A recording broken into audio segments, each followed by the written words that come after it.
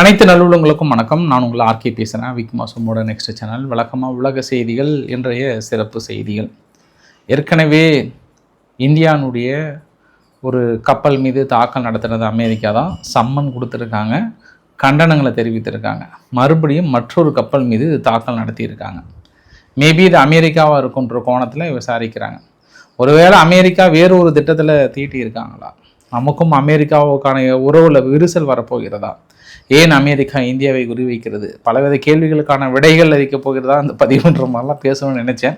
But அந்த அளவுக்கு இடையெல்லாம் இருக்காது. பட் என்ன சூழ்நிலைன்றதை நம்ம பார்க்கலாம். நம்ம எல்லை பகுதியில் பங்களாதேஷனுடைய எல்லை பகுதி இருக்கு இல்லையா, பெரிய ஒரு பிக் கிளாஷஸ். நம்மளுக்கும் பிஜிபின்னு சொல்லுவாங்க, நம்ம பிஎஸ்எஃப் ஃபோர்ஸுக்கும். அப்படியே கொஞ்சம் தள்ளி இந்த பக்கம் வந்தால் உக்ரைன் கிரிமியாவை நெருங்குறாங்களாம். தொடர்ந்து ஒரு 3 நாட்டு தலைவர்கள் போயிட்டு அம்பாசிடரை போய் சந்திக்க போகிறாங்க. பேச்சுவார்த்தை என்ன நிகழ்கிறது அனைத்தும் ஒருங்கிணைந்த ஒரு சூப்பரான தகவலாக பார்த்துடலாம்.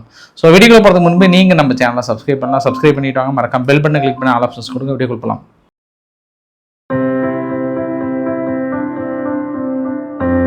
இந்தியானுடைய மெர்விக்ஸ் அப்படின்ற ஒரு கப்பல் மீது தாக்கல் நடத்தினாங்க.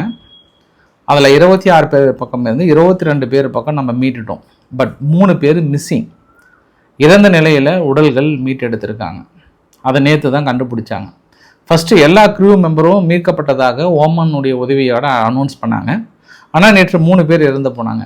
அமெரிக்காவுடைய அம்பாசிடருக்கு சம்மன் அனுப்பப்பட்டது, விளக்கங்கள் கோரப்பட்டிருக்கிறது. அவங்க தரப்பில் என்ன சொன்னாங்கன்னா, நாங்கள் ஒரு வார்னிங் கொடுத்தோம், அதையும் மீறி வந்ததுக்கப்புறம் தான் தாக்கல் நடத்தினாங்கன்னாங்க. ஆனால் ஆடியோ பதிவுகள் வெளியே வரும்போது வார்னிங்லாம் இல்லை. நார்மலாக எங்கே வரீங்க, என்ன பண்ணுறீங்கன்னு கேட்டுட்டு இவங்க பாட்டுக்கு வேணும்னே தாக்குதலை நடத்தியிருக்காங்க. சரி, இந்த ஒரு அதிர்வலை ஓய்வதற்கு முன்பு இந்தியா சார்பாக கடும் கண்டனங்கள் தெரிவித்த பிறகு மறுபடியும் இன்னைக்கு அதே ஓமன் பகுதியில் அதே இடத்துல மற்றொரு கப்பலான இந்த வீடியோ பதிவு பார்க்குறீங்கல்ல, ஜல்வீர் அப்படின்னு சொல்லுவாங்க, ஜல்வீர் கப்பல் மீது தாக்குதல் சிவியராக டேமேஜ் ஆகிருக்கு. அதில் 22 நம்மளுடைய க்ரூ மெம்பர்ஸ் இருக்காங்க. அவங்க எல்லாமே சேஃபாக 22 இல்லை 20 க்ரூ மெம்பர்ஸ் இருக்காங்க. சேஃபாக நாங்கள் காப்பாற்றுற வழியில் பார்த்துட்டு இருக்கோம். யாருக்கும் இன்ஜூர்டு இல்லைன்றாங்க. ஆனால் இதுவுமே சந்தேகத்துக்கு இடமா அமெரிக்காவை தான் இருக்குமோன்னு தோணுது. ஏன்னா கூட்டி கழித்து பார்த்தோம் அப்படின்னா, கொஞ்ச நாளைக்கு முன்பு வெனிசுலா அங்கே இந்தியா கிட்ட அடுத்தடுத்து ஒப்பந்தங்கள் போடுறாங்க. வெனிசுலா யாரோட மேற்பார்வையில் வந்தாங்க? அமெரிக்காவோட மேற்பார்வையில் வந்தாங்க.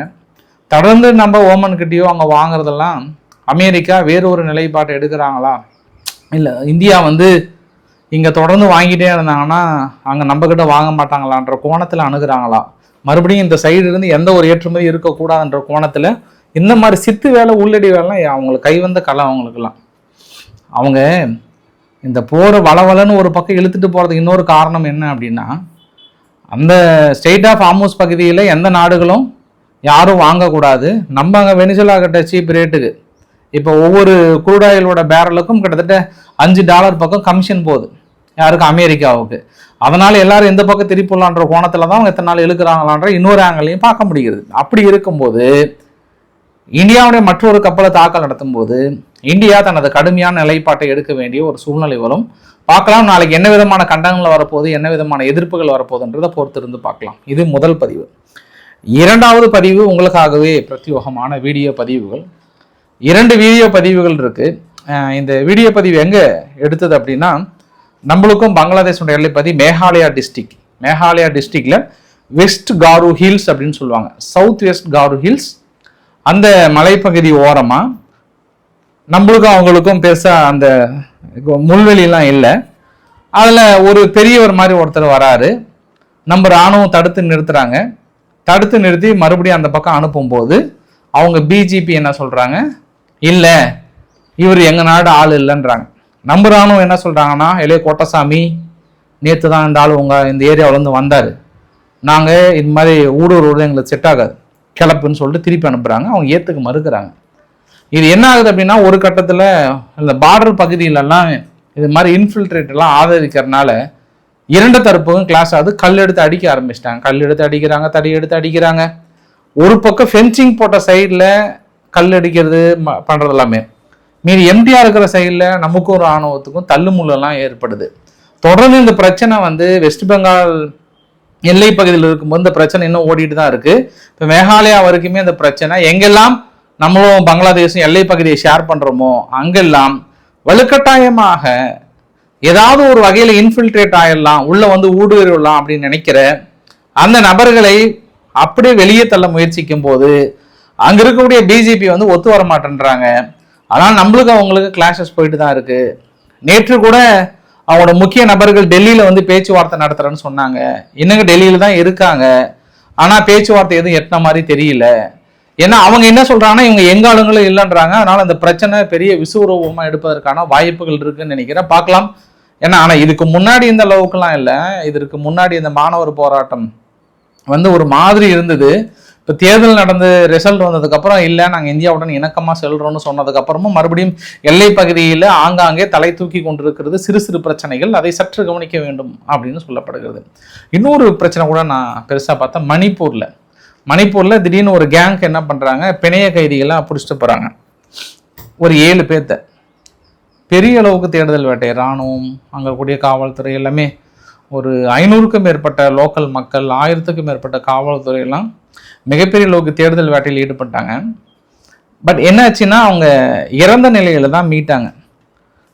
ஐ திங்க் மைத்தேய் இன மக்கள் நினைக்கிறேன், மைத்தேய் இன மக்கள் தான்.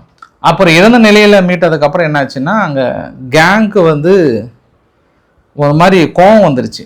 எப்படி நீங்கள் வந்து காவல்துறையும் இராணுவம் தவறிட்டீங்க அப்படின்னு சொல்லிட்டு ஃபுல்லாக பயங்கரமான கிளாஷஸ் வந்து நேற்று இருந்து அங்கே, அதாவது பிணைய கைதிகளாக பிடிச்சிட்டு போன யங்ஸ்டர்ஸ் எல்லாமே 17 வயசு 18 வயசு பசங்க பிணமாக மீட் பண்ணதுனால, இறந்த நிலையில் மீட் பண்ணதுனால மக்கள் கோபம் வந்திருக்கு. அங்கேயும் பிரச்சனையாக தான் இருக்குன்றது ஒரு கூடுதல் தகவல். இப்போ நம்ம உக்ரைனுக்கு வரலாம்.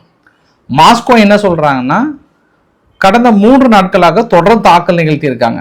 இருக்கிறதுலே எங்களோட சென்சிட்டிவான பகுதி மாஸ்கோ தான். தொடர்ந்து எங்கள் எச்சரிக்கையை மீறி எங்கள் தாக்கல் நிகழ்த்திட்டே இருக்கிறாங்க. ஓவர்ஸ்னிங் மிசைல்ஸை தொடக்கிட்டோமா அப்படின்னாங்க. அப்போ தான் நினச்சிக்கிட்டு நீங்கள் தொடங்கி ரொம்ப தொடச்சி பெயிண்ட் போயிருப்பது அப்படின்னு நினச்சேன் நான். கிரீமியாவை கனெக்ட் பண்ணக்கூடிய மிக முக்கிய 3 பிரிட்ஜ், 2 பிரிட்ஜ் அடிச்சிட்டாங்க. இன்னும் 1 பெண்டிங் இருக்குது. அதற்கான குறி வைக்கிறாங்க. கிரீமியாவை நோக்கி வந்து கொண்டு இருக்கிறோம் அப்படின்னு சவால் விடுறாங்க உக்ரைன் தரப்புல இருந்து.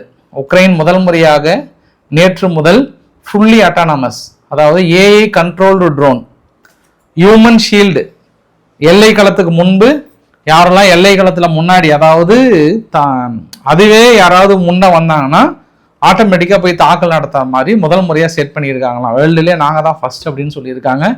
ஏஐ டெக்னாலஜி மூலயமா ஒரு ட்ரோன் தாக்குதலை ஆர்டிஃபிஷியல் இன்டெலிஜென்ஸ் மூலிமா ஒரு எல்லை பகுதியை வரையறுத்து ஆட்டோமேட்டிக்காக டிடெக்ட் பண்ணி போய் தாக்கல் நடத்துகிற மாதிரியாம். இதற்கான ஃபண்டிங் ஃபுல்லாகவே ஒதுக்குறாங்க. பட் இந்த இன்பிட்வீன் கேப்பில் நிறைய மாஸ்கோ மீது தாக்கல் நடத்துறது, அது இல்லாமல் உக்ரைன் மீது தாக்கல் நடத்துகிற நிறைய விஷயங்களில் ஒரு சில ஃபண்டிங் வராதனால கொஞ்சம் பெண்டிங்காக இருக்குது. ஏன்னா ஜெலன்ஸ்கியோட பதிவில் என்ன சொன்னார்னா கடந்த 1 வாரத்தில் மட்டும், கடந்த 10 நாளில் மட்டும் ஒரு 530 ட்ரோன் மேலே தாக்கல் நடத்தியிருந்தாங்க. இன்னைக்கு கூட பார்த்தேன் நான், ஒரு கார்கியோ பிளாஸ்ட் மேலே ஒரு ட்ரோன் ஃபேக்ட்ரி ஒன்று இருந்தது. ரஷ்யா வந்து அடிச்சிட்டாங்க ஃபுல்லாக. அடித்தது மட்டும் இல்லாமல் தொடர்ந்து ஒடிசா துறைமுகத்தை பற்றியும் பெரிய அளவுக்கு தாக்கல் நிகழ்ச்சி தான் இருக்காங்க. அதனால் ஒரு சில இந்த ஃபண்ட் ஃப்ளோ இருக்கக்கூடிய நிறுவனங்கள் மீது தாக்குனதுனால கொஞ்சம் தடுமாற்றமாக இருக்குது. இருந்தாலும் 40 பில்லியன் பக்கம் கேட்டிருக்குன்ற மாதிரி சொல்கிறாங்க. மற்றொரு பகீர் குற்றச்சாட்டு என்னன்னா, எந்த நேரத்துலையும் இப்போ ஐரோப்பா நாடுகளுக்குள்ளார 1 லட்சம் வீரர்கள் நுழையிறதுக்கு தயாராக இருக்காங்களாம். மேபி அது பின்லாந்து வழியாக கூட இருக்கலாம் அப்படின்னு உக்ரைனுடைய உளவுத்துறை வந்து பகீர் குற்றச்சாட்டை சொல்லியிருக்காங்க. அவங்க வேணா பகீர் குற்றச்சாட்டாக இருக்கலாம். ஒரு சிறந்த காமெடியை சொல்கிறாங்கன்னு நான் நினைக்கிறேன். ஏன்னா ஐயா அவங்க இருக்கிற பகுதியை காப்பாற்ற முடியாமல் எல்லாம் அந்த பக்கம் பின்ன போயிட்டு இருக்கிறாங்க. இருக்கிற கிலோமீட்டர் கணக்கில் நீங்கள் முன்னோக்கி போயிட்டு இருக்கீங்க. இன்னும் இது இல்லாமல் 1 லட்சம் வீரர்கள் இப்போ நேட்டோ நாடுகள் அடிக்கி போயிட்டாங்களா? கதை விடலாம். இந்த மாதிரி ஏக்கரா கணக்கெல்லாம் கதை விடாதீங்க உக்ரைன். உங்கள் உளவுத்துறை என்ற பேரில் போதும், நீங்கள் இத்தனை நாள் கதை விட்டதெல்லாம் போதும், நிப்பாட்டுங்க. உங்களை நம்புறதுக்குன்னே ஒரு கூட்டம் இருக்குது, அவங்க கிட்ட வேணா சொல்லுங்க.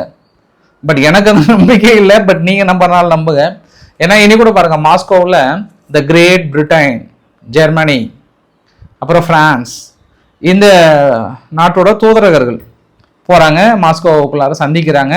சந்திச்சு வெளியே வரும்போது செய்தியாளர்களை சந்திக்கல. மெயின் என்னன்னா பேச்சுவார்த்தைக்கு நாங்கள் உடன்படுறோம், எங்கே பேச்சுவார்த்தை நடத்தலான்னு ஃபிக்ஸ் பண்ணுங்க, நாங்கள் தான் அந்த மும்மூர்த்திகள் பேச்சுவார்த்தை நடத்தலான் இருக்கிறோன்ற மாதிரி சொன்னாங்க. அதுலேயும் ஒரு சிறு குறிப்பு, மும்மூர்த்திகள் அப்படின்றது வந்து தமிழ் கடவுளோட பேர், அதை பயன்படுத்தாதீங்க அப்படின்னு கமெண்ட்ல மென்ஷன் பண்ணியிருந்தாங்க.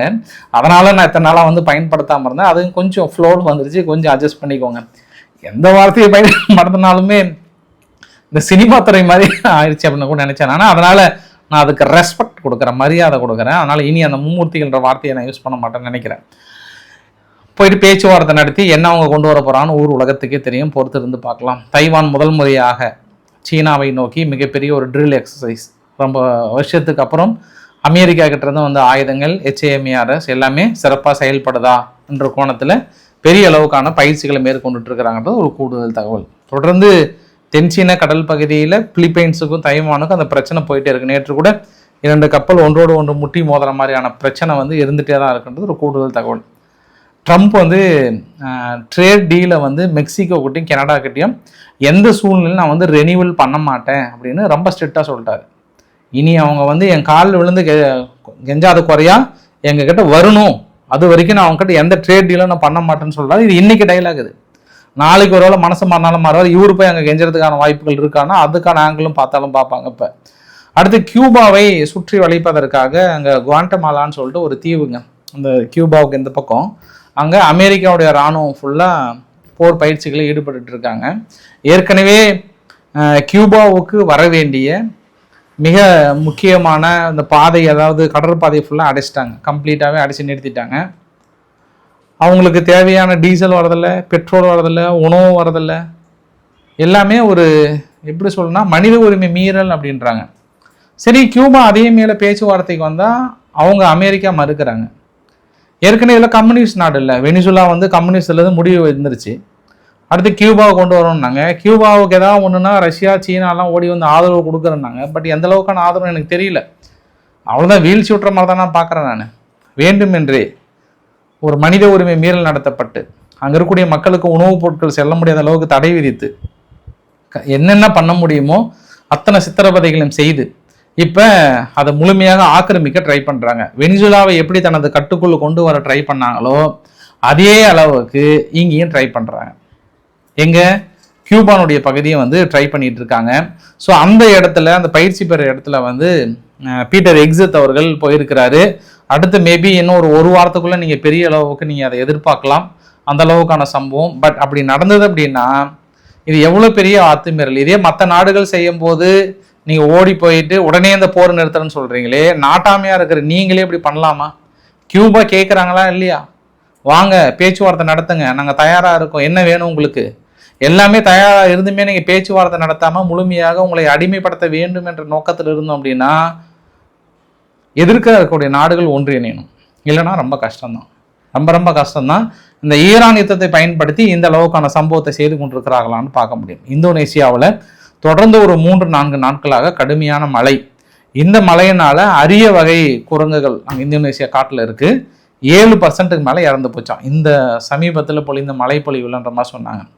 தென்னாப்பிரிக்காவில் ஜோஹன்பெர்க்ல நகரில் திடீர்னு குடியிருப்பு பகுதியில் ஒரு மர்ம நபர்கள் உள்ள போகிறாங்க. நள்ளிரவில் திடீர்னு துப்பாக்கி சூடு நடத்துகிறாங்க. 10 பேர் பண்ணுற கும்பல் வந்து திடீர் தாக்கல் நடத்தினால 12 பேர்த்துக்கு மேலே உயிர் இழக்கிறாங்க, 9 பேர்த்துக்கு மேலே படுகாயம் அடைகிறாங்க. தென்னாப்பிரிக்காவை உலுக்கிய ஒரு துப்பாக்கி சூடு சம்பவம். 12 பேருனாங்க, இப்போ வந்து 15 பேர் பக்கம் வந்து சொல்கிறாங்க. இந்தியா பிளாஸ்டிக் நோட் அச்சடிக்க போகிறாங்கன்ற மாதிரியான சம்பவம் கொஞ்ச நாளாக பேசிகிட்டு இருந்தாங்க. மத்திய அரசாங்கம் முழுமையாக மறுத்துட்டாங்க, அப்படி ஒரு சம்பவமே இல்லை, போலி செய்திகள் அப்படின்னு சொல்லிட்டாங்க. ஜப்பான் நம்மளுடைய உணவுப் பொருளான மாங்காவுக்கு மாம்பழத்துக்கு தடை விதிச்சிட்டு இருந்தாங்க. அதை தொடர்ந்து நேபாளமும் வந்து அளவுக்கு அதிகமான பூச்சிக்கொல்லி மருந்து கலந்துருக்கிறதுனால நாங்களும் தடை விதிக்கிறோம் அப்படின்னு சொல்லிட்டாங்க. இந்த பெல்ஃபாஸ்ட் அயர்லாண்டில், நார்த் அயர்லாண்டில் போராட்டம் நடந்துச்சு இல்லையா, அது இன்னும் குறையல, அதே அளவுக்கு தான் இருக்குது, மிக கடுமையாக தீவிரம் அடைந்திருக்கு. இங்கே இருக்கக்கூடிய அகதிகளை வெளியேற்றும் வரை இந்த போராட்டம் ஓயாது, தொடர்ந்து எங்கள் போராட்டம் வலுப்பெறும் அப்படின்னு எச்சரிக்கை கொடுத்துருக்காங்க. போராட்டத்தை அடக்குவதற்கு முயற்சிகளை செய்திருக்காங்க. அதாவது ரவிக்குமார் ஆர்கிய பதிவில் நேற்றைய நான் முக்கிய வீடியோ பதிவாக போட்டிருந்தேன். அந்த பெல்ஃபாஸ்டில் நடந்த போராட்டம் அது இன்னும் வலுப்பெற்றிருக்கிறது, குறையில. பட் காவல்துறை தனது கட்டுப்பாட்டுக்குள்ளே கொண்டு வந்திருக்காங்கன்றது ஒரு கூடுதல் தகவல். ஸோ இன்றைக்கு ஓரளவுக்கான தகவலை கவர் பண்ண நினைக்கிறேன். பிடிச்சிருந்தா லைக் பண்ணுங்க, ஃப்ரெண்ட்ஸுக்கு ஷேர் பண்ணுங்க, சப்ஸ்கிரைப் பண்ணுங்க. Ravikumar RK channel. நன்றி, வணக்கம்.